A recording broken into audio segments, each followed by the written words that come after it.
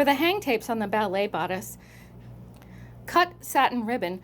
For this bodice, you can use 1/8 of an inch. Generally, I use 1/4 of an inch or 3/8, but this is so light that the 1/8 inch will suffice. And you want it to be the length from the waist to a couple inches shy of the shoulder and back down.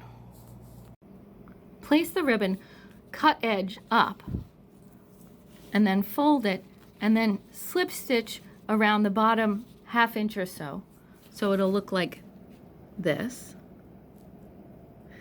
And then put a crochet loop about 3/4 of an inch from the top of the side seam across one of the pieces of the hang tape.